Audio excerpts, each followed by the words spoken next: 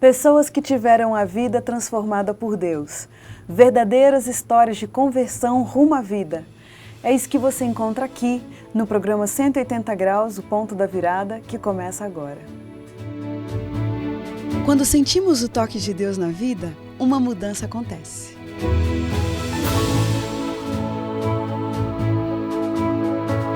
Surge à nossa frente possibilidades de felicidade plena. O toque de Deus restaura, renova, refaz.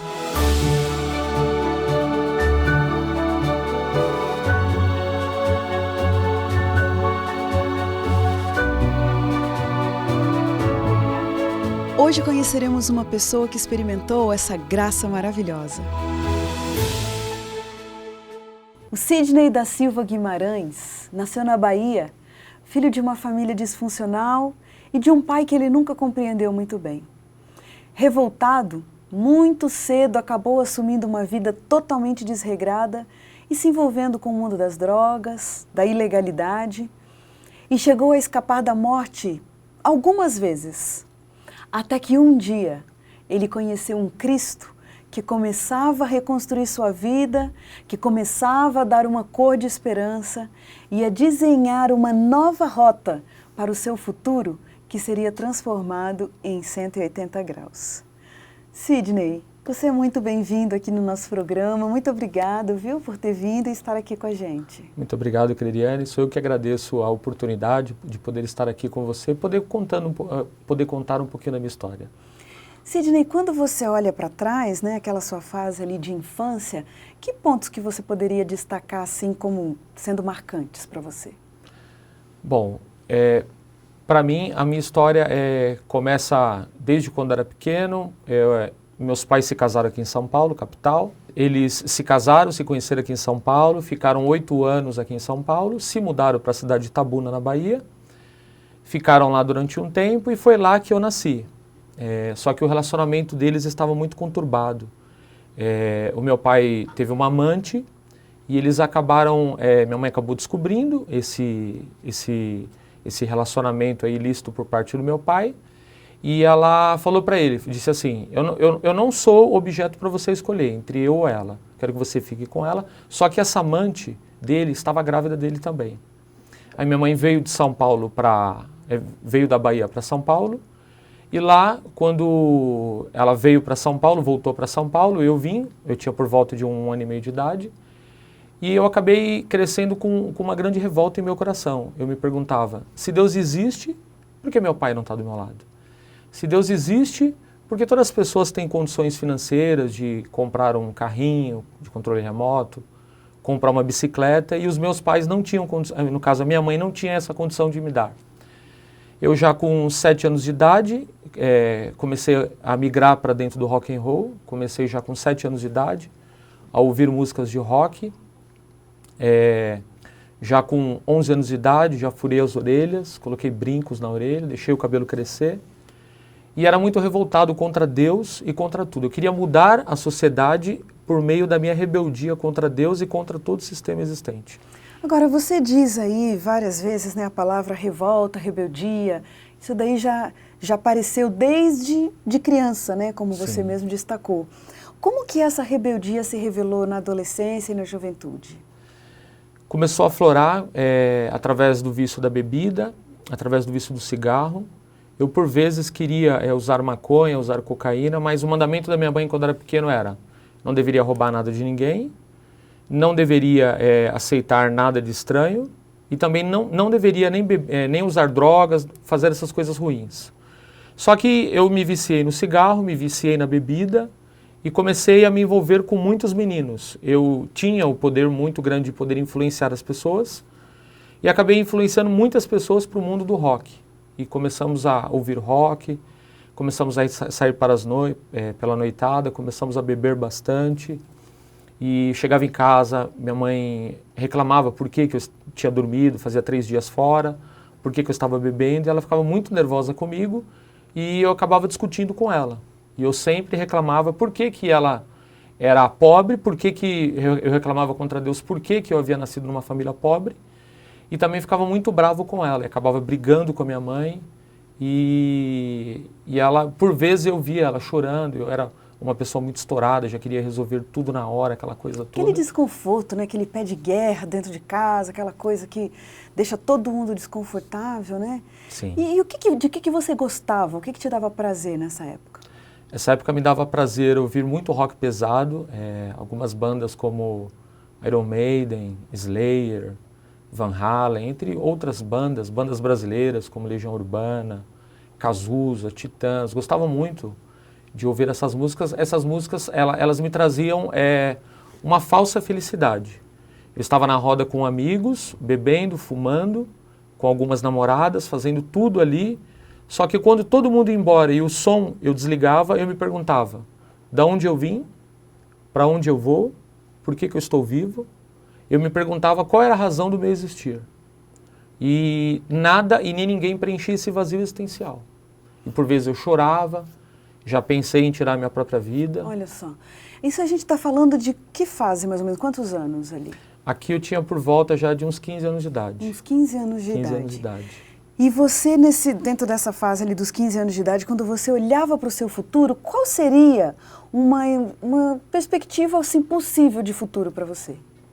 Eu olhava para frente e eu não sabia se eu iria morrer de câncer devido ao cigarro, eu não sabia se eu iria morrer de uma cirrose hepática ou outra doença advinda do álcool, mas eu olhava para o futuro e para mim o futuro era incerto. E por conta desse divórcio da minha mãe, eu cresci com muita raiva do meu pai. Eu vi meu pai só uma vez na vida quando eu tinha 7 anos de idade. Ele me deu simplesmente um abraço, nós fomos até o Jardim Zoológico, e toda a família, por parte do meu pai, morava muito próximo da gente, só que eles nunca vieram nos ver, nunca vieram querer saber se os sobrinhos, no caso, né, os irmãos do meu pai, nunca quiseram saber se a gente estava passando necessidade ou algo do tipo, porque uma coisa que eu sempre pensei é o seguinte, existe ex-mulher, agora ex-filho não existe, entendeu? Então esse ódio cada vez fomentava dentro de mim, e essa revolta, e cada vez eu adentrando ao ocultismo, furei a orelha, fiz 2 furos de cada lado, deixei o cabelo crescer, usava roupa do exército na rua com coturno, com uma corrente de cachorro na garganta. Olha só. Simplesmente aquilo, eu estava exteriorizando aquela revolta que estava dentro do meu coração. E essa revolta também, ela se revelava através de violência? Você era uma pessoa violenta com os amigos, se envolvia em encrenca? Por conta de eu ter sido roqueiro, na época que eu era roqueiro, a gente se envolvia com muitas brigas, com punks, com pessoas que eram contrárias àquilo que nós acreditávamos. Eu também gostava de andar de skate. Na minha adolescência eu me filiei à torcida independente do São Paulo. Fiquei lá por volta de uns 4 anos, íamos para estádio. É mesmo? Mas foi bastante tempo. Como que foi esse envolvimento na torcida? Eu tinha um amigo que eu já era São Paulino e ele era já torcedor da torcida independente. E ele me convidou, fez o convite, eu aceitei, gostei, me filiei, comecei a participar e começamos a ir para os estádios juntos. E isso era frequente? Isso era frequente. Só que era muito legal quando estávamos dentro do estádio, dentro da torcida organizada, mas depois quando eu estava só, voltava a pergunta. Isso daqui também não me traz a verdadeira felicidade. Olha só. Dentro desse contexto todo, em alguma situação, você já viu a morte de perto? Já vi algumas vezes. Teve uma vez que nós estávamos indo para uma balada com alguns amigos. Foi quando de repente não sei de onde partiu um tiro e quase acertou eu e um amigo. Nós estávamos atravessando a rua, alguém em um sobrado deu um tiro e esse tiro pegou uma caixa de luz e ficou a marca do tiro ali e nós saímos correndo. Teve uma outra vez de pessoas jogarem o carro em cima da gente, quando estávamos fechando uma rua, com o pessoal tocando música ao vivo lá e as pessoas acabaram jogando o carro em cima da gente. Não sei se eu estou construindo na minha mente assim uma imagem certa, Sidney, mas dá a impressão assim de uma pessoa infeliz. Sim. Poderia dizer assim? Sim, com certeza. Sabe, com uma vida meio atrapalhada e não se resolve exatamente, né? Porque, pensa bem, a gente precisa estar com o pé fincado, né, numa crença. Eu sei de onde eu vim, eu sei para onde eu estou indo. Agora, se tudo que acontece na sua vida é paliativo, né, na hora que abaixa o som, vem de novo aquelas perguntas, aqueles questionamentos, é duro lidar com isso, né? Com certeza, Cristiane, é muito ruim, Porque assim, hoje em dia eu acredito que a família é a base de tudo. Eu vejo que a definição de lar é laços de amor e respeito. Então quando eu via que a minha mãe não podia ficar comigo, que ela tinha que ir para fazer faxina nas casas, isso me dava uma grande revolta, porque as mães dos meus amigos podiam ir nas reuniões. E quando tinha evento para os dias dos pais, quando eu fazia o desenho, para qual pai eu ia entregar se eu não tinha pai? E minha mãe, ela se relacionou com o rapaz, ficou durante 17 anos com ele, só que ele também teve o mesmo problema do meu pai. Eu não disse aqui atrás, mas ele teve o mesmo problema do meu pai. Ele se tornou alcoólatra. Então ele chegava bêbado em casa, por conta do meu cabelo grande, ele me insultava, falava que eu era mulherzinha, entre outras coisas mais. E ele me ofendia bastante, porque por conta que eu era roqueiro, toda essa história. E ele queria ficar com a minha mãe, ele não aceitava os filhos dela. Olha só, mas aí... E isso me gerava mais revolta ainda. Seus amigos também compartilhavam de histórias semelhantes? Sim, alguns amigos sim. E no final das contas, que fim que tiveram alguns amigos desses que você teve? Um deles foi o que mais me marcou, Creriane. Era um amigo de infância, se chamava Silvio. Nós íamos para festas juntos, bebíamos juntos, só que nós tínhamos uma diferença de idade. Eu tinha 14 anos de idade, ele já era um homem, ele tinha 28 anos de idade. Foi quando um dia ele havia se desentendido dentro do bar, estava sob efeito de entorpecente, estava sob efeito de cocaína, e ele falou para a mãe dele assim, fala do vídeo eu me matar. A mãe dele disse, você não é louco? Fala do vídeo eu me matar, mãe, ele disse. Só. Aí estava vindo um ônibus, ele simplesmente deitou debaixo do ônibus. E o ônibus passou por cima dele, ele veio a óbito no mesmo momento. Depois desse fato, depois de 3 minutos eu cheguei. Quando eu cheguei... Só, você viu toda a cena? Vi toda a cena ali. Nós tínhamos uns outros amigos que estavam dentro do bar, estava tendo uma festa. Era fim de ano, no ano de 1994. Era mais ou menos uns 5 dias antes do Natal. E eu me lembro bem que um dos nossos amigos disse assim, vamos pegar a carne dele, vamos pôr na churrasqueira e vamos comer. Não acredito. Foi. Você ouviu alguém falando Eu ouvi isso? Então quando eu ouvi aquilo, eu falei, puxa vida, essa é a definição de amigo? Porque ontem nós estávamos bebendo juntos. Agora ele diz que quer comer a carne do próprio amigo. Eu falei, isso para mim não é amigo. Então, aí a revolta dentro de mim aumentou mais. Porque quando esse nosso amigo estava vivo, as pessoas estavam ao lado dele. Agora que ele estava morto ali, e na frente dos pais, uma cena marcante. Uma cena que eu não ouvi de ninguém, eu vi. O amigo deitado no chão, com toda aquela cena ali, massa encefálica para fora, enfim. Foi algo muito triste, algo que me marcou muito. Puxa vida. Durante esse seu percurso, nessa sua trajetória, Sidney, você tinha alguns momentos assim de pensar em Deus, de tentar se voltar para Deus, buscar Deus como um refúgio, um consolo? Então, eu queria muito poder participar da crisma, da primeira comunhão, só que eu não tinha ninguém que me levasse. E eu tinha vergonha de ir à igreja sozinho. E eu me lembro que por vezes que eu conseguia ir à igreja, na hora que o padre estava distribuindo a hóstia, eu ficava na fila para pegar a hóstia. Quando eu ia pegar, ele olhava para mim e perguntava, fez primeira comunhão, fez crisma? E aquele sentimento vinha à tona novamente. O sentimento de rejeição. E eu falava, puxa vida, eu vim aqui, agora até o padre, até a igreja me rejeita. Olha então, só. Aí eu buscava refúgio novamente no álcool e na bebida. Quando você estava ali na sua fase de juventude já, né, passava esporadicamente ali na frente de uma igreja, ouvia os crentes indo para a igreja, né? Que imagem que você tinha desse povo? Olha, eu tinha uma imagem positiva e uma imagem negativa. A positiva que eram pessoas amáveis, pessoas do bem. A negativa era que por vezes quando eu e alguns amigos ficávamos bebendo a noite toda na calçada, obviamente alguns crentes, alguns cristãos passavam e ficavam com medo daquelas pessoas na esquina bebendo, mas eles desviavam o caminho. Só que eu queria que eles viessem em minha direção e abrissem a Bíblia, lessem a Bíblia para mim. Eu me lembro que uma menina gostava de mim, na adolescência ainda, e a mãe dela era espírita, eu não sei se eu posso usar esse termo, mas a mãe dela era ocultista e ela fez um despacho, fez um trabalho para que eu namorasse com a menina. Se eu não namorasse, era para mim contrair um câncer e morrer. Olha. E eu me lembro que um outro amigo um pouco menor, achou meu nome dentro da boca de um sapo.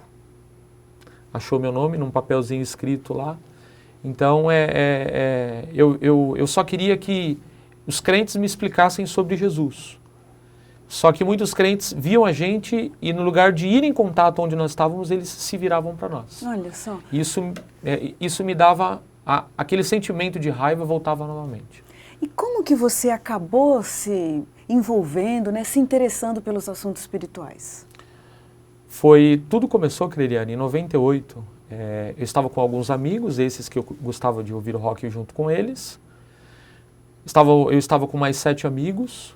Parou um carro na minha frente, na nossa frente assim, e tinha 3 homens. Eles perguntaram se nós tínhamos entorpecentes, se nós tínhamos drogas.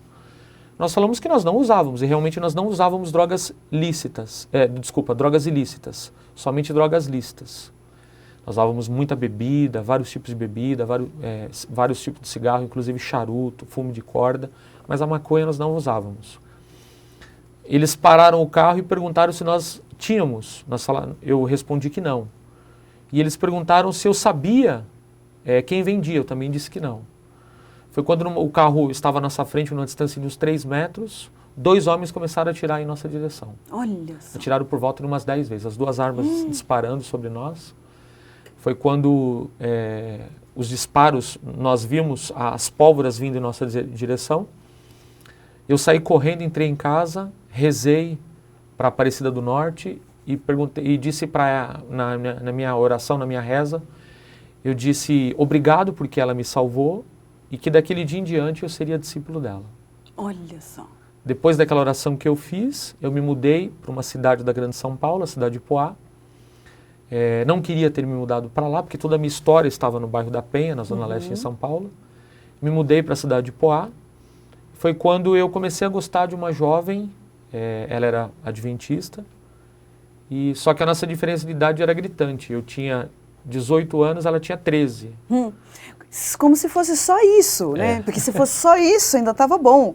Mas olha só o seu histórico, o seu contexto, e você vai começar a namorar uma menininha de Jesus.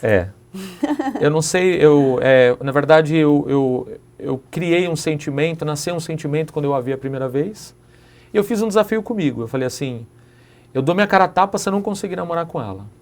Aí comecei a jogar todo aquele charme, aquela coisa que eu não tinha, mas comecei a jogar. Cabelo comprido, brincos, essas coisas. Funcionou. E funcionou. Começamos a namorar. E o que a família dela achou disso? A mãe dela sabia. O pai, ele é um alemão muito alto, um homem alto. E eu pedi para ele deixar eu namorar com ela. E ele vamos só imaginar aqui a cena. Qual era o seu estereótipo nesse dia? Cabelo comprido, até as costas assim, 4 brincos na orelha, fumando, bebendo, roupa da torcida independente, mesclado com roupa de rock. Olha aí. E eu cheguei até ele e falei assim, eu queria ter um papo com o senhor. Ai, ai, ai. Ele nesse dia estava estudando a lição da escola sabatina, estava estudando um livro da igreja. E aí, esse livrinho que ele estava estudando, ele interrompeu a sua meditação ali. E ele veio falar comigo. Eu falei assim, então, muito prazer, meu nome é Sidney, eu quero namorar sua filha. E ele falou, nem por cima do meu cadáver. Eu fiquei sem graça, eu pensei, ele deixando ou não deixando, eu vou continuar namorando. Olha, e foi isso que aconteceu? Foi isso que aconteceu. Só que certo dia eu estava saindo com ela, indo para o centro da cidade, e uma moça que estava frequentando a igreja adventista, estava visitando, ela encontrou esse pai da menina, esse meu ex-sogro, encontrou ele na igreja e disse assim, irmão Vanderlei, a sua filha está namorando com um bruxo. E ele falou, como assim? Eu vi um rapaz com brinco, tal, um pezinho de maconha aqui de brinco na orelha, aquela coisa toda. E ele falou assim, eu sei quem é. Aí ele chegou em casa e falou para mim, eu quero ter uma conversa séria com você. E na hora as pernas começou a tremer. E eu falei, hoje que eu vou apanhar. E agora eu vou perder o direito de namorar com a minha namorada, eu pensei na época.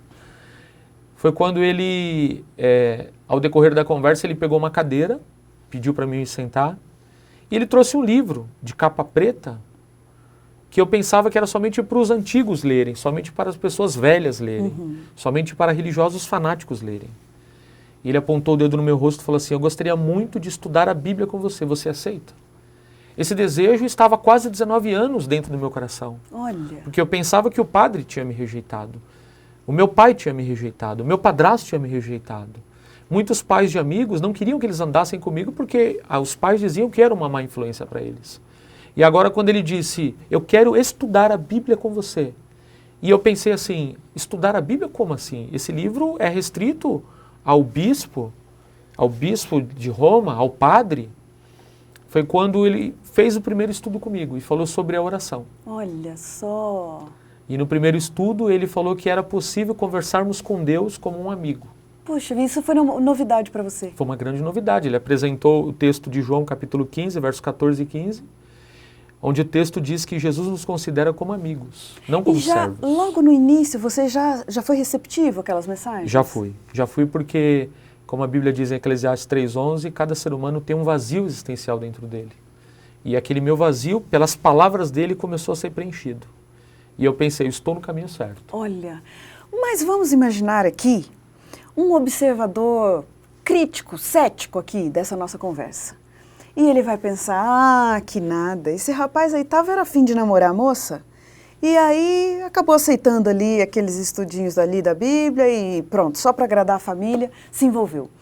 Então o assunto é, uma coisa é você, para poder agradar o sogro, continuar namorando, aceitar um estudo da Bíblia. Outra coisa é você ter um encontro com a pessoa de Jesus Cristo que muda o rumo da sua história.